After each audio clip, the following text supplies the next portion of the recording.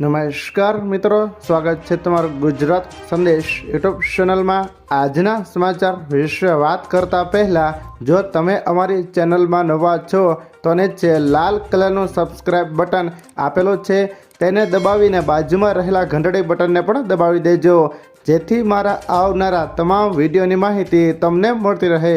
આજના સમાચાર વિશે વાત કરીએ તો નોકરી છોડતા લોકો માટે મોટા સમાચાર। નોકરી છોડતા કર્મચારીઓ માટે મોટા સમાચાર છે। હવે રાજીનામું કે ચૂંટણીના માત્ર 2 દિવસમાં કંપનીએ ફૂલ એન્ડ ફાઇનલ સેટલમેન્ટ કરવું પડશે, જેના માટે પહેલાં 45 થી 90 દિવસ રાહ જોવી પડતી હતી। આ ઉપરાંત ગ્રેચ્યુટી 5 વર્ષની મર્યાદા ઘટાડીને માત્ર 1 વર્ષ કરવામાં આવી છે। આ ફેરફારથી ખાનગી ક્ષેત્રના લાખો કર્મચારીઓને આર્થિક સુરક્ષા મળશે અને બાકી નીકળતા નાણાં માટે મહિનાઓ સુધી ધક્કા ખાવા પડશે નહીં।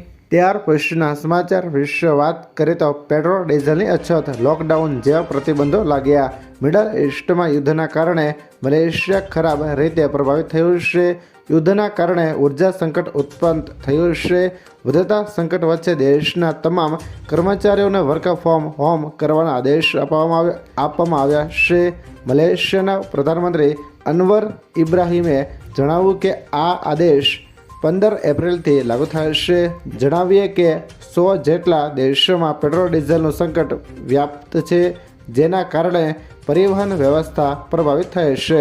ત્યાર પછીના સમાચાર વિશે વાત કરીએ તો ગેસના રેટ વધવાથી હોટલ ઉદ્યોગ સંકટમાં। કોમર્શિયલ ગેસના બાટલાના ભાવમાં ₹220ના વધારાથી ગુજરાતના હોટલ અને રેસ્ટોરન્ટ ઉદ્યોગની હાલત કફોડી બની। અમદાવાદમાં અનેક નાની મધ્યમ રેસ્ટોરન્ટે મેનુમાં 5 થી 10% વધારો કર્યો। ચા ₹2 થી 5 અને થાળી પંજાબી ડિશમાં ₹20 થી 50નો વધારો। પાઇપલાઇન ગેસ ધરાવતી મોટી હોટલોમાં ભાવ યથાવત રહેતા નાના વેપારીઓ માટે અસમાન સ્પર્ધા સર્જાઈ છે। મંદી, ભાડું, પગાર અને મોંઘા ગેસના કારણે વેપારીઓ માટે ટકી રહેવું મુશ્કેલ બન્યું। ત્યાર પછીના સમાચાર વિશે વાત કરીએ તો પેટ્રોલ ₹80 સસ્તું થયું।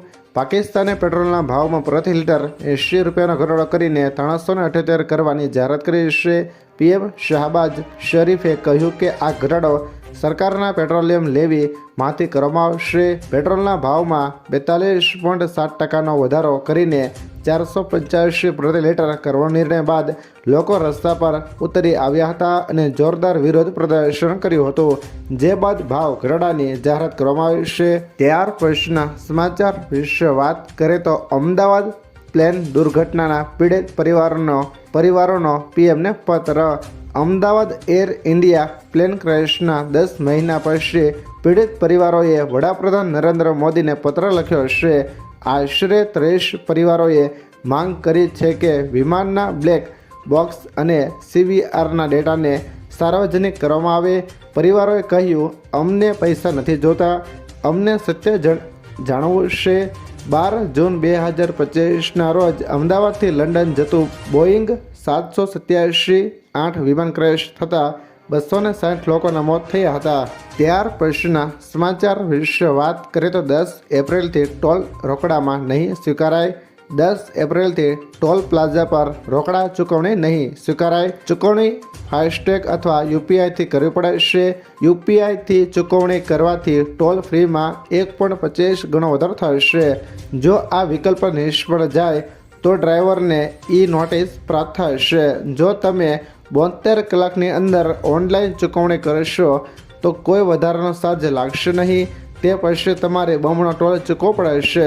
જો 15 દિવસથી વધુ સમય પસાર થાય તો વાહન સિસ્ટમ દ્વારા કડક કાર્યવાહી કરવામાં આવશે।